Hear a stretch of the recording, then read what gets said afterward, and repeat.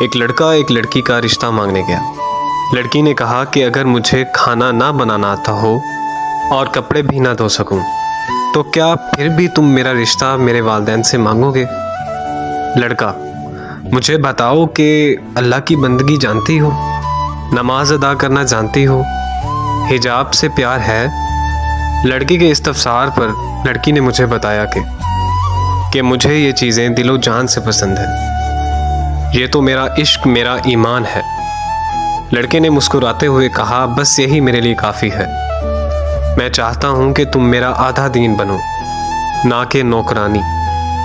لڑکی مسکرا کے بولی، اگر مجھے کھانا نہ بھی بنانا آتا ہو تو بھی میں ایسے شخص کے لیے ضرور بنانا سیکھوں گی جو مجھے اپنے دین کا نفس حصہ سمجھتا ہے۔ میں ان لڑکیوں میں سے ہوں جو مرد کی دی گئی عزت پہ مرتی ہے، نہ کہ مردوں پر۔